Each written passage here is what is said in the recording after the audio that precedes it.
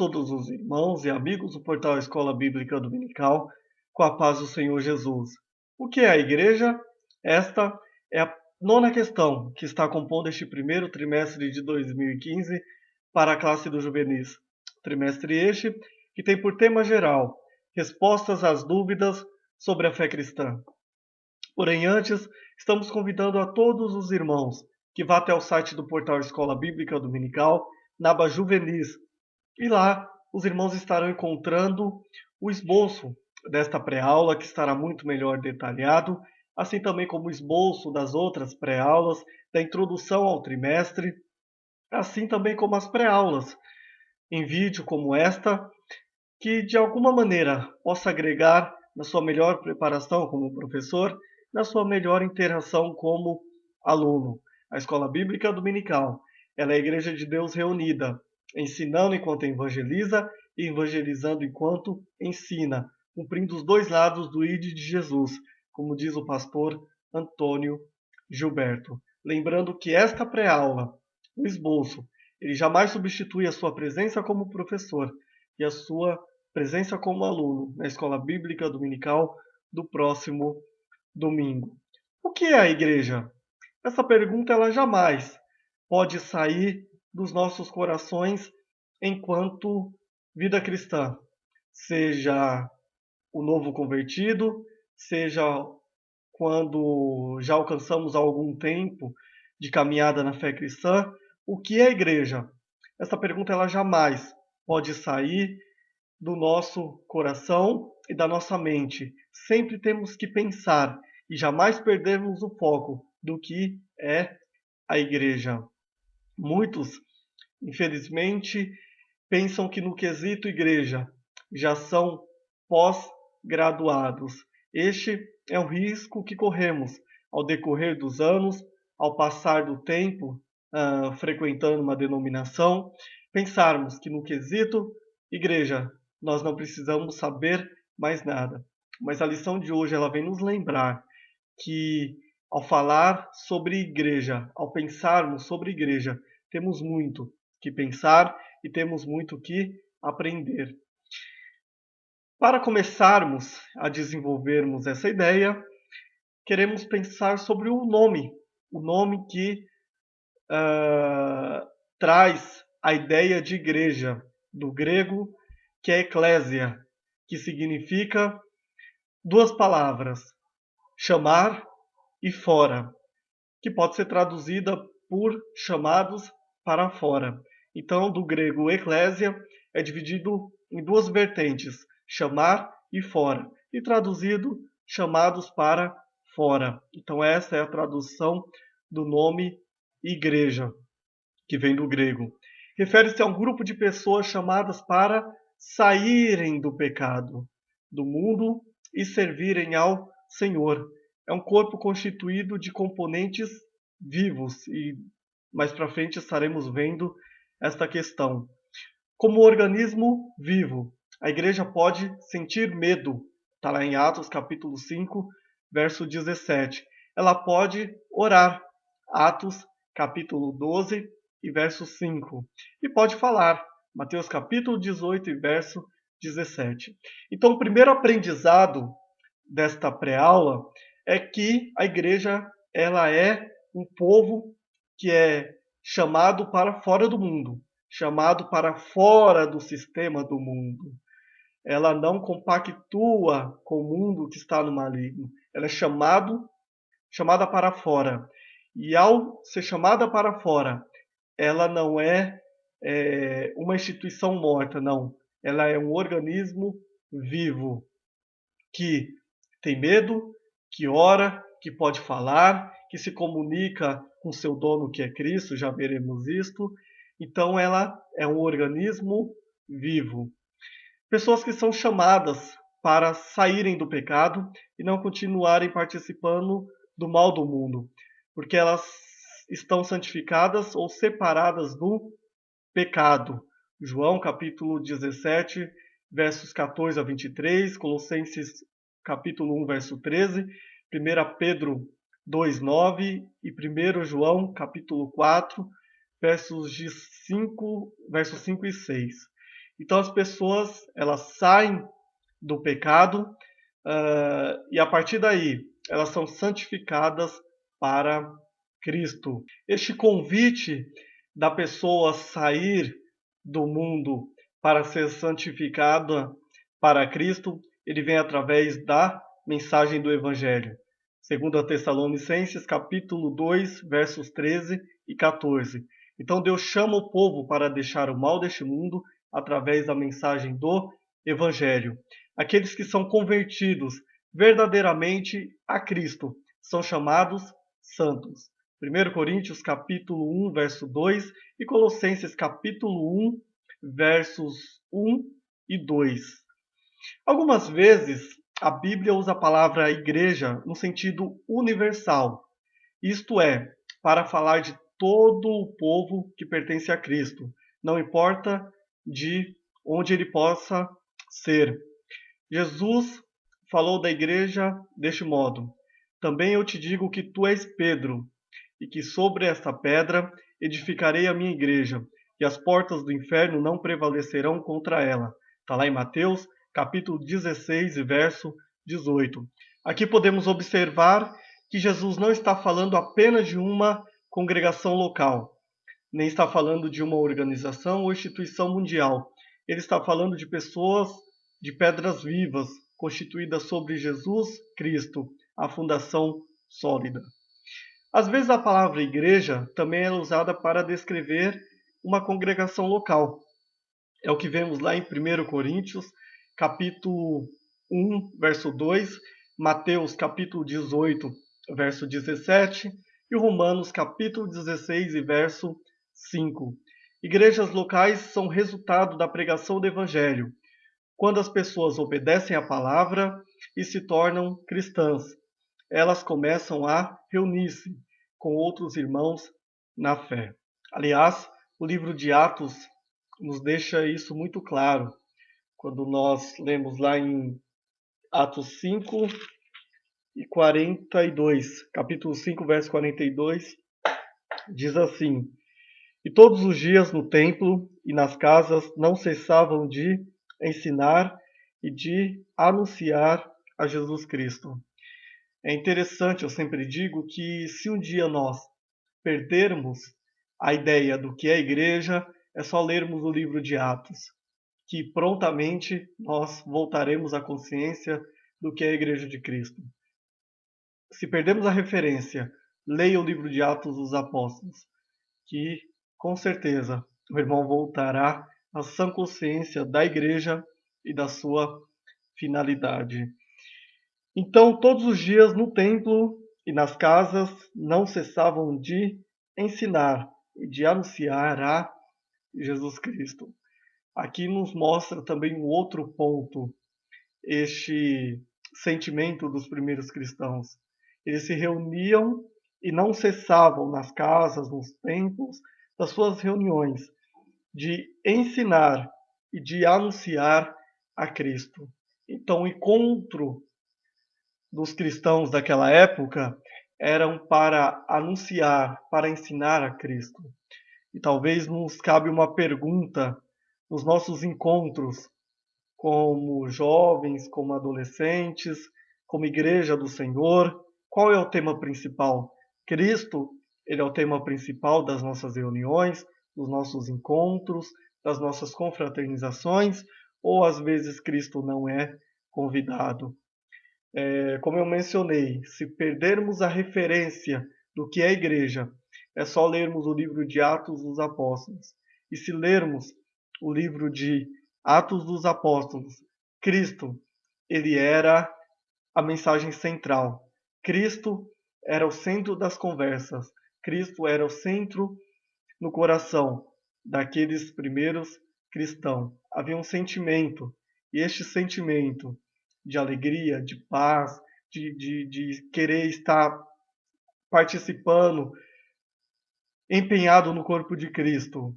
Este sentimento era regido por Cristo. Ao pensarmos no termo igreja, também é importante ficar claro que a igreja ela não é aquele edifício, aquele feito por blocos de cimento onde todo mundo vai e se encontra. Não. A igreja, o edifício que ela é construída, são com pedras vivas. Está lá em 1 Pedro, capítulo 2, verso 5. O edifício que é construída, a igreja, são com pedras vivas e não com pedras de cimento. 1 Pedro, capítulo 2, verso 5. Essas pedras, elas são chamadas de santos. Efésios, capítulo 2, versos 19 a 22. Jesus ele morreu para comprar as almas dos homens e das mulheres que estavam mortos no pecado, mas que agora têm salvação, esperança e a esperança de vida eterna. Está lá em Romanos capítulo 5, verso 8, 1 Coríntios capítulo 6, 19 e 20.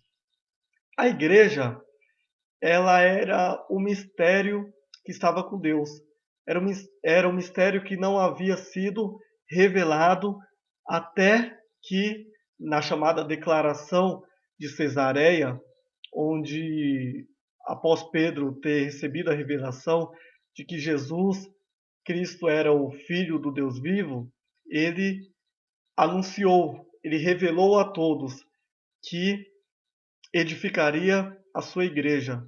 Está lá em Mateus capítulo 16, dos versos 16 ao 19, que diz assim: E Simão Pedro respondeu e disse: Tu és o Cristo, o Filho do Deus vivo. E Jesus respondeu, disse-lhe: Bem-aventurado és tu, Simão Bajonas, porque não revelou a carne nem o sangue, mas o meu Pai, que está nos céus. Pois também eu te digo que tu és Pedro, e sobre essa pedra edificarei a minha igreja, e as portas do inferno não prevalecerão contra ela. E eu te darei as chaves do reino dos céus, e tudo que ligares na terra será ligado nos céus, e tudo que desligares na terra será desligado dos céus. Então, a partir deste encontro, Deus ele revela ao mundo o propósito da igreja e que estabeleceria a igreja na terra. Este mistério de Deus, que foi revelado por Jesus e pelo Espírito Santo, tinha por finalidade estabelecer a comunhão e integração entre Deus e os homens. Como bem já estudamos, o pecado ele cortou a relação entre Deus e o homem. E a partir daí, o homem não só cortou a relação com Deus, mas teve uma briga interna, uma briga com o seu próximo, uma briga com a natureza que Deus criou. E a partir de Cristo e da igreja, o homem ele tem paz com Deus, ele se volta a Deus novamente. O homem ele vai ter paz consigo mesmo, com o seu próximo e com a natureza que Deus criou. A cruz de Cristo não apenas restabeleceu a comunhão entre Deus e os homens, mas também entre os homens entre si. E isto o apóstolo Paulo deixou bem claro ao dizer que a cruz reconciliou a ambos os povos, judeus, gentios, com Deus em um corpo, matando com ela as inimizades. Efésios capítulo 2, verso 16. É por isso que, a partir da igreja, em Cristo, não há judeus, não há gentios, estrangeiros, forasteiros, não. Todos são a família de Deus. Efésios capítulo 2, verso 19. E Jesus afirmou em Mateus 23 e 8 que todos se tornaram herdeiros de Deus e co-herdeiros de Cristo. Romanos capítulo 8, verso 17. Ao pensarmos no tema igreja, uma vertente que precisa estar muito bem resolvida na nossa teologia, na nossa doutrina, é que Jesus é a pedra sobre a qual a igreja está edificada. O papado está alicerçado na ideia de que Pedro é a pedra sobre a qual a igreja está edificada. Eles têm como base Mateus 16, 18. Mas se nós formos fazer um estudo mais aprofundado desse texto, veremos que ele está todo voltado à pessoa de Cristo. E que o próprio Pedro, lá em Atos capítulo 4, verso 11, e depois na sua As considerações finais em 1 Pedro capítulo 2, versos do 4 ao 8, ele vai apontar que Cristo, ele é a pedra na qual a igreja está edificado, e não ele. Então, Jesus é a pedra sobre a qual a igreja está edificada. Uma outra questão que precisa estar muito bem resolvida é que Jesus é o único mediador entre Deus e os homens. O título, voltando à questão do papado, né, concedido ao Papa é Sumo Pontífice, que significa Supremo Mediador. Porém, ao olharmos a Bíblia, essa expressão não cabe para nenhum líder religioso, pois a Bíblia é categórica em afirmar que só existe um Deus e um só mediador entre Deus e os homens, Jesus Cristo, 1 Timóteo capítulo 2, verso 5. E o próprio Jesus disse: Eu sou o caminho, a verdade e a vida. Ninguém vem ao Pai se não for por mim. João capítulo 14, verso 6. É importante pensarmos que Jesus ele é o caminho, a verdade e a vida. Então Jesus ele não é um caminho, não é uma verdade e não é uma opção de vida. Não, Jesus ele é o caminho, Jesus ele é a verdade, Jesus ele é a vida. Está aqui a importância de pensarmos que devido a isso, o cristianismo não pode ser comparado com nenhuma religião. E o cristianismo ele não sobrevive sem Cristo. O espiritismo sobrevive sem Allan Kardec. O budismo sobrevive sem Buda. Mas o cristianismo ele não sobrevive sem Cristo. E o cristianismo ele não pode ser comparado de nenhuma maneira a outra religião. Uma outra vertente que tem que estar muito clara na nossa teologia e na nossa doutrina é que Jesus, ele é o dono da igreja. Não é o pastor, não é embora o pastor exerça uma função fundamental para o bom andamento do corpo de Cristo e foi estipulado por Deus para isto, mas ele não é o dono da igreja. Também não é o dono da igreja os apóstolos que tem por aí, ou os patriarcas que já inventaram, e todas essas questões, não. O dono da igreja é Jesus. Foi ele próprio que disse em Mateus capítulo 16, verso 18, que ele edificaria a sua igreja. A igreja também, ela foi comprada pelo sangue de Jesus. Atos 20, verso 28. Então, nem se quiséssemos comprar a igreja, era possível. E Jesus, e em toda a Bíblia Sagrada, e nem uma parte dela, ele passou para nós o direito de ser dono da igreja. Você vai ser o dono da igreja lá, administra, ou nenhuma revelação para isso, não.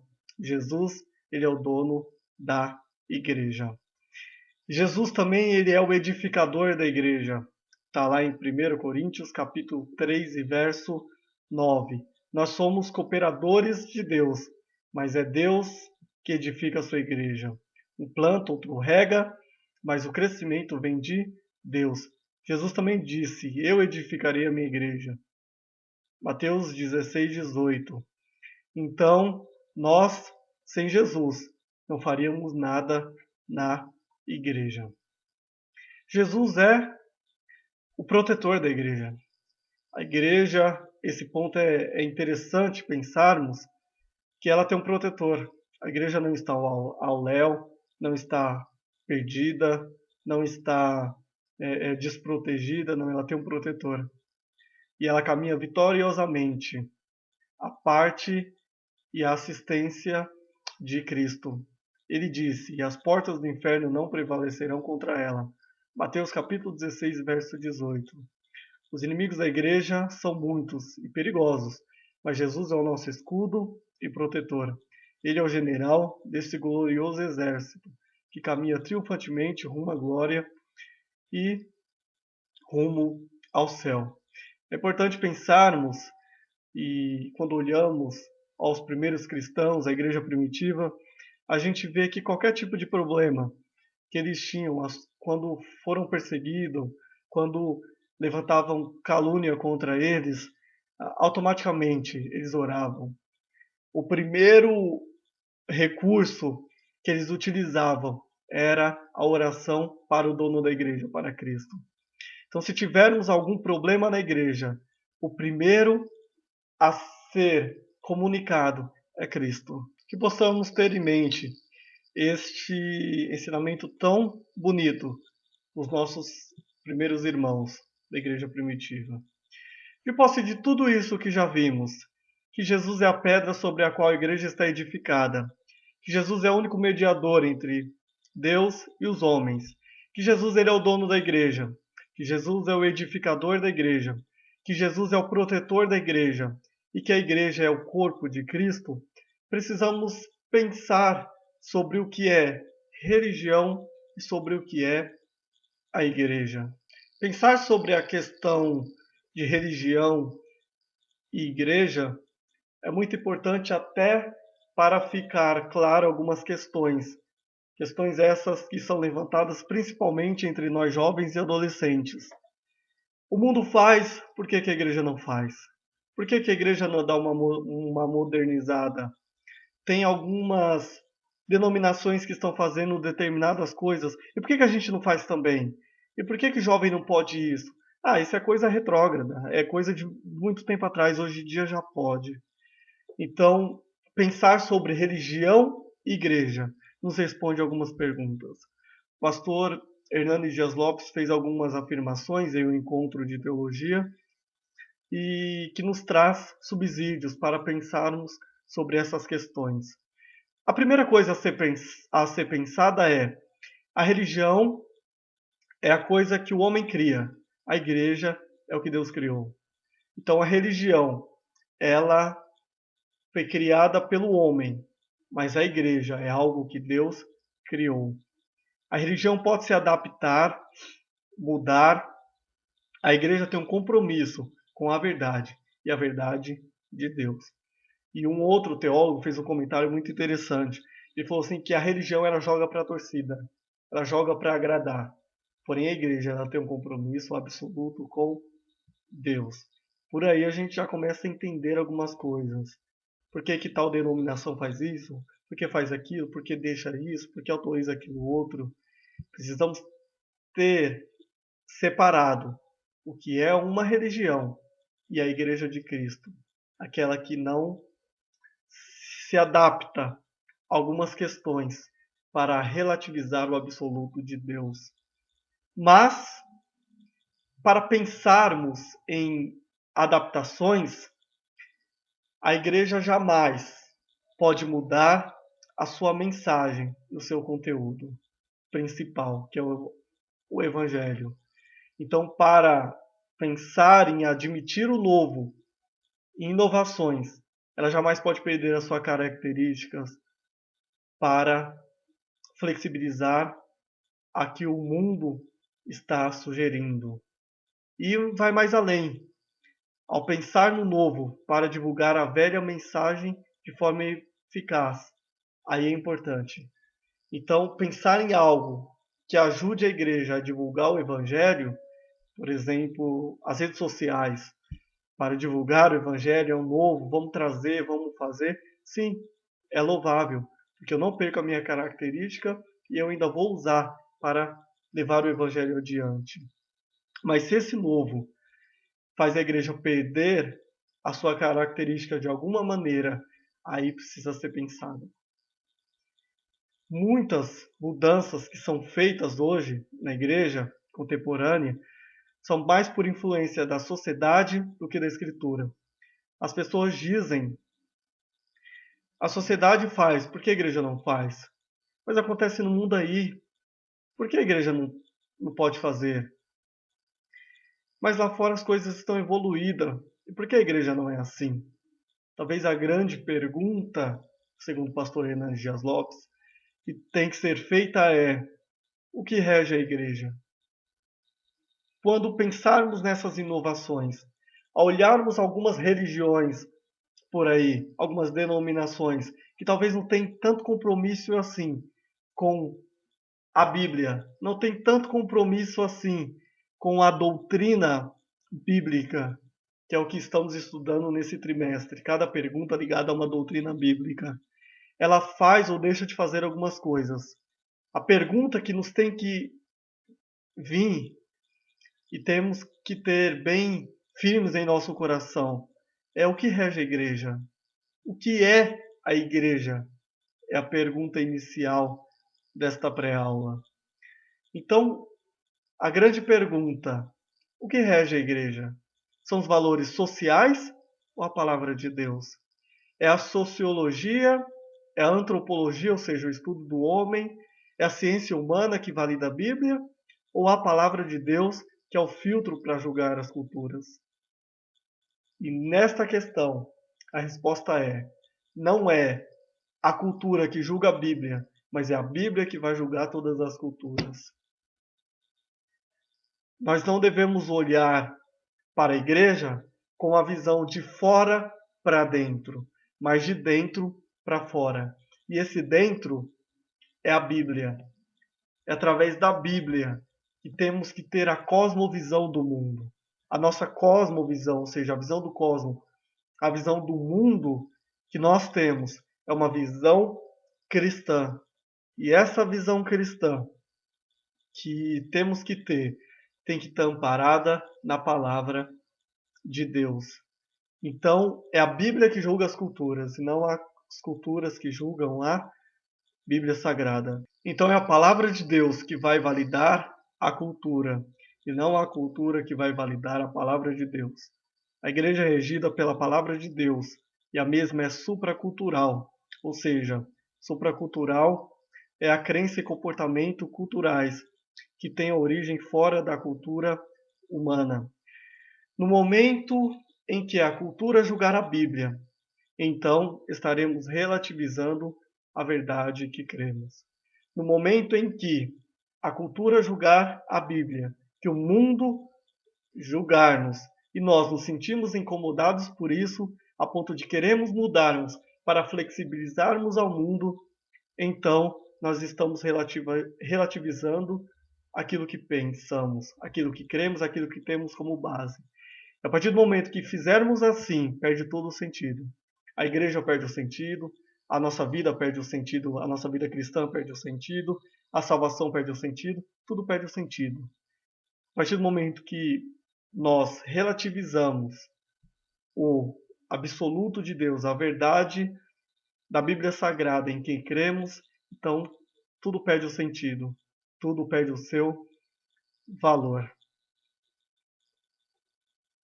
Que possamos ter isso bem claro em nossa mente como jovens e como adolescentes, ao pensarmos nas inovações que estão tendo em tantas denominações e talvez na sua igreja local não tem todos esses atrativos, talvez a pergunta que precisa ser feita são essas.